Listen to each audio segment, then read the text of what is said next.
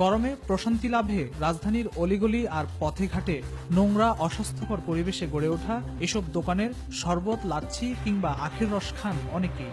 কিন্তু এসব শরবত, লাচ্ছিতে মেশানো বরফ কতটুকু স্বাস্থ্যসম্মত সেটি হয়তো না জেনে তৃপ্তির ঢেকুর তুলছেন সাধারণ মানুষ।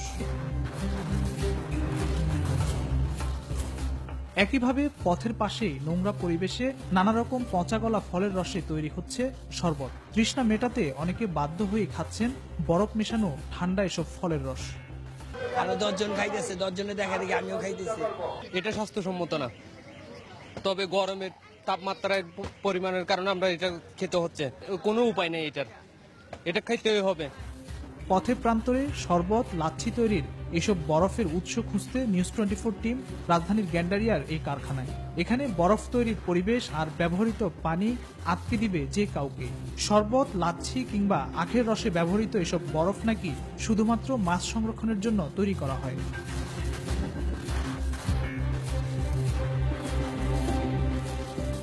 একই নোংরা বরফে পচাগলা খামির সঙ্গে মিশিয়ে তৈরি করছেন কুলফি সহ বিভিন্ন আইসক্রিম, যে আইসক্রিম আবার তৈরি হচ্ছে মেয়াদ উত্তীর্ণ তথাকথিত দুধে।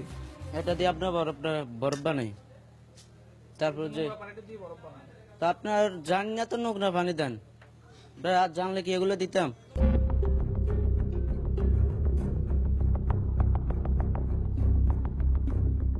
দয়াগঞ্জের এক কারখানায় দিনে দুপুরে নোংরা পরিবেশে বানানো হচ্ছে মোরব্বা, পাশাপাশি চিনি আর সোডা মিশিয়ে হচ্ছে তাল মিশ্রি।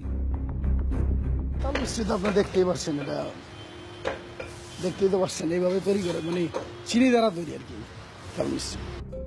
নোংরা পরিবেশে তৈরি অস্বাস্থ্যকর শরবত ও যে কোনো ধরনের পথখাবারের ঝুঁকি থেকে বাঁচতে জনসাধারণকে আরো সচেতন হওয়ার পরামর্শ দিয়েছেন বিশেষজ্ঞরা।